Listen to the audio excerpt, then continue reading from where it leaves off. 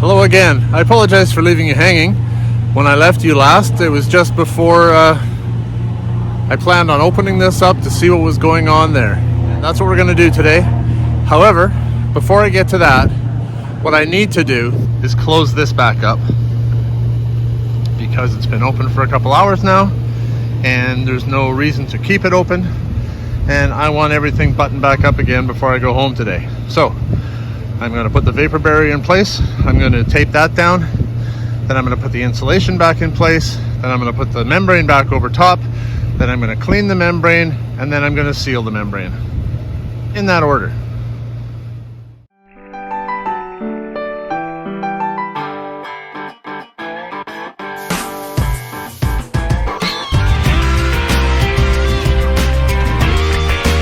Buckle up for safety as I give you a day in the life of facilities maintenance.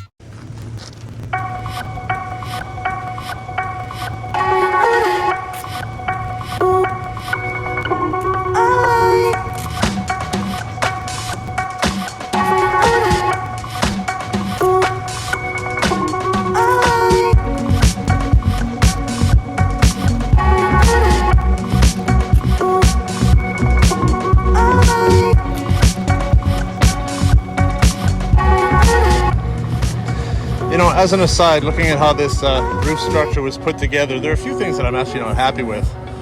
For instance, we've got a gap in the vapor barrier. Secondly, the gap in the vapor barrier is aligned with the gap in the insulation. So you get a ton of air movement and heat loss through those areas. A better practice would be to, one, seal all your gaps, make sure you don't have the gaps in the vapor barrier, and then stagger the gaps in the insulation with the vapor barrier itself.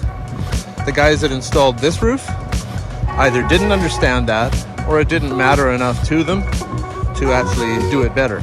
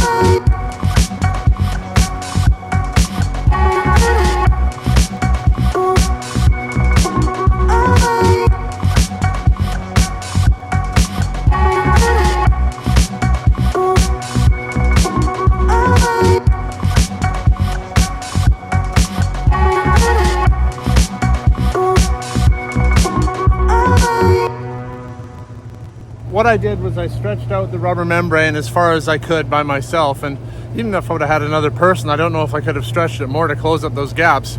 It's amazing how much tension it's under. What I did at first was clean the edges, and I tagged it in a few locations just with this Eternabond tape here. This is an RV Eternabond. In an RV roof, if you have a leak, this is handy to use as a temporary solution to repair something. And so I used it just to basically hold my pieces in place. Then I went over it with also an Eternabond product, but it's slightly different. Let me show you. I have this 50-foot roll of 6-inch wide roof seal Eternabond. It's made by the same company, but it's heavier. Now, I don't necessarily trust it as a permanent solution. Don't get me wrong, it bonds really, really well. Like, it is stuck down. It is not going anywhere. You wouldn't be able to peel this up. You would tear either the rubber or the actual Eternabond tape itself. Having said that, this is an area that I know is a low spot and we get a lot of standing water here. And so I think I would be more comfortable with a more traditional permanent repair, even though we've probably only got about 5 years left in this roof before we redo the whole roof anyway. I'd be more comfortable with a permanent repair where I use a 12-inch wide roll of EPDM and splice adhesive. But for now, this will do the job, and we can move on to where I think the origin point of our issue is. Okay, I'm back at what I believe is our point of origin for our water intrusion, and I say intrusion in air quotes. And I can see my deformation is like that, and then it goes down about maybe 1.5 feet that way. So I'm gonna I'll start maybe here like this, and I'll make a cut around there and just peel back this little bit and see what's going on underneath there. If my suspicions are correct, I will be opening this up, re-insulating it, letting the insulation cure, and then sealing it back up again. Let's find out if I know what I'm talking about. Again, look at that expansion. How much tension it's under. I also don't want to cut more than the amount of repair material I have left.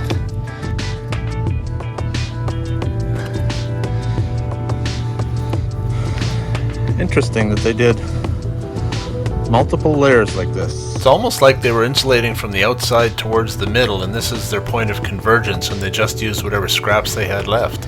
I can see discoloration here.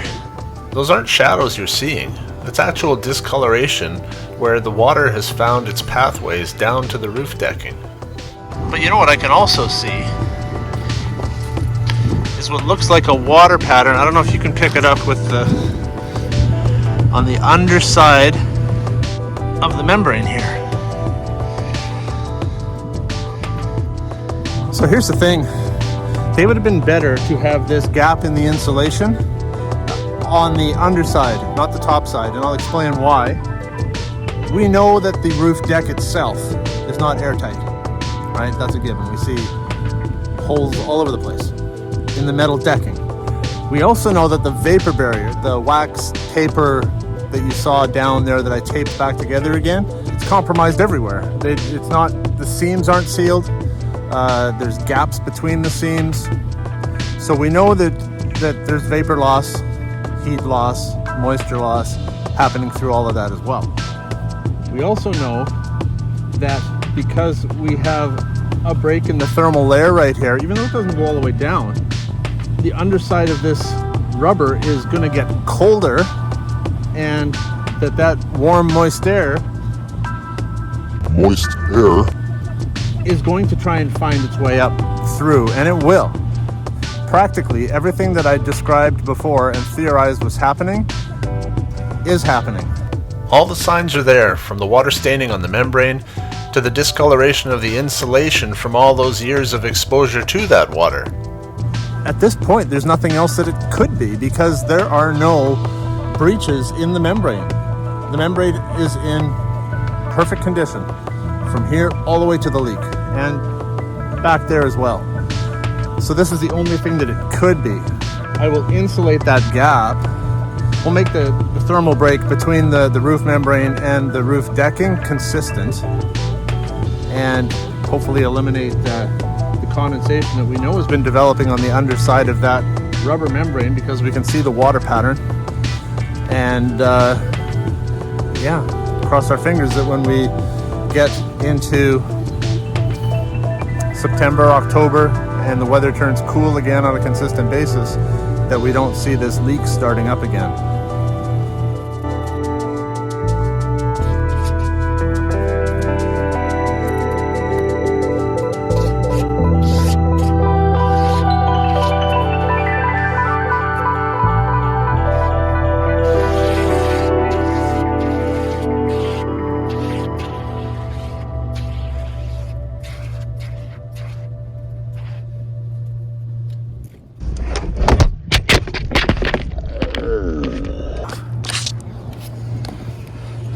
That was the wind. I'm really glad that it didn't fall into the sticky spray foam.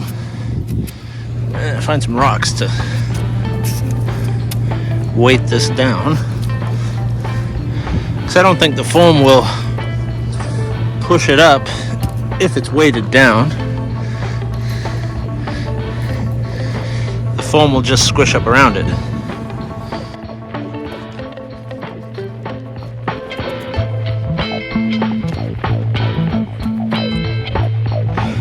Well, I'll give that a couple hours to cure. I'll bet you in a million years, the guys that did this roof and left this little gap in the insulation here would never have dreamed that this little gap would have created as many issues for as long as it has been. There it is. And this is all I can do right now. In the same way that there's this gap here that was missing insulation, there's another small gap right there. It's only about 2 inches wide maybe, but it is about 6 feet long at least. And so I need to open that up and address that as well. But I only have enough material to open up and patch this. I don't have enough to do that over there on me right now, so I'll have to get some more before I finish that off over there. Well, it's definitely expanded in the couple hours that I left it, and yeah, hopefully it's cured enough that I can trim it off. I want to trim it flush and then put the membrane back down.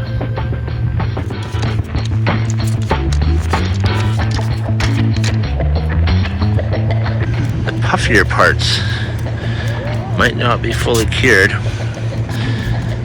The thinner stuff is. I have a little hacksaw blade here that I think will do a okay job of trimming it. I used to have a proper knife for trimming insulation, but it seems to have gone missing from my office, as things sometimes do. But this is working just fine.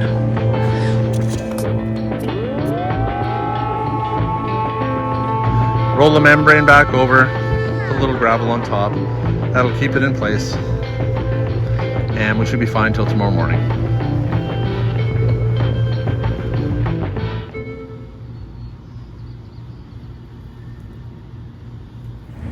Good morning. Well, back up on the roof this morning. I've made a run to the roofing supply store and we are going to finish this job today. I had to pick up another roll of the roofing type Eternabond. And again, I'll note that it's not the same as the stuff that's sold for RVs, which is considered a temporary emergency repair. It says right on it, temporary. Doesn't say it on this at all. It describes it as a permanent solution for roofing repairs, whether that be EPDM, TPO, or metal, with a 15-year warranty. So, like I say, I think it's absolutely suitable for what I want to do here. And so we will just get her done. And I need to do a couple of things. I need to finish off what we started here yesterday, and I will just add a little bit of foam to those depressions there. And once I've done that and given that time to cure and trim that flush, then I can seal this up. And the other area that I want to address is this here. You can see this line here.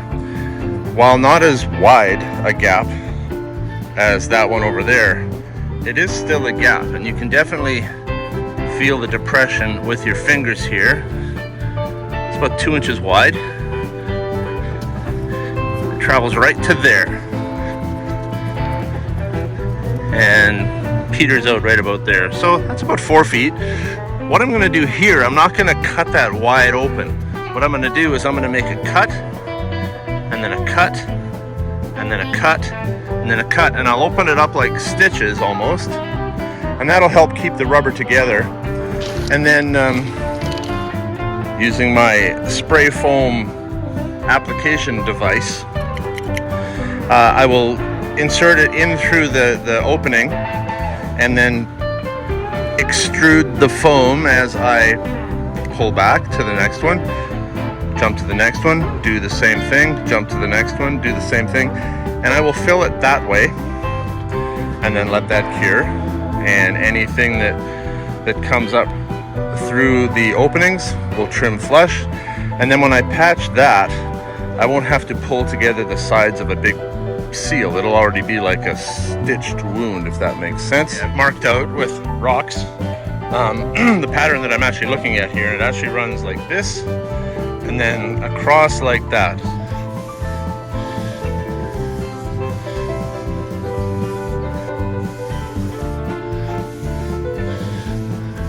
And again, this just helps clean any dirt and dust from the area, so the repair tape will make a much better seal. It actually fuses to the EPDM in such a way that once it's down, it's never coming up again.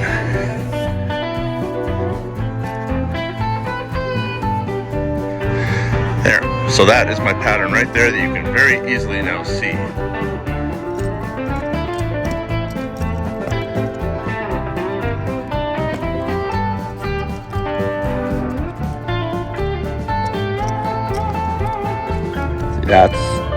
That's barely an inch, that gap there, so not quite so crucial, but since I'm working in the area, might as well give this the royal treatment as well.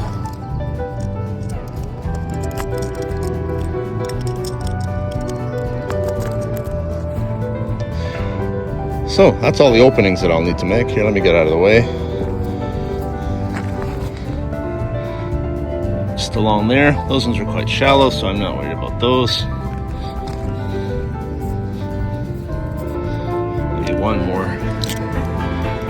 right there.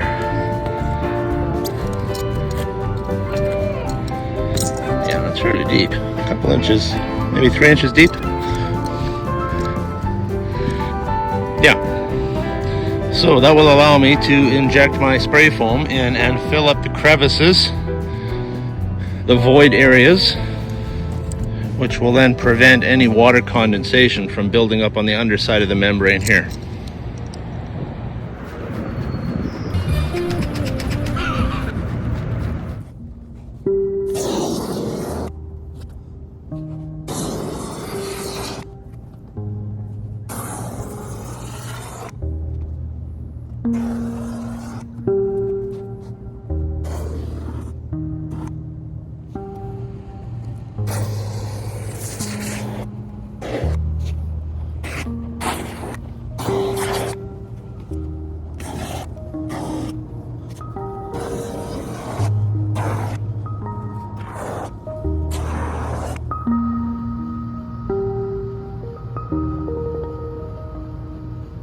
I'm going to give this a few hours now to fully cure, then I'll come back and trim it off and seal it up. And in the meantime, why don't we head down to the large patch over here, because I want to double up the tape just to give it the strength that it needs. Or maybe it doesn't need it, but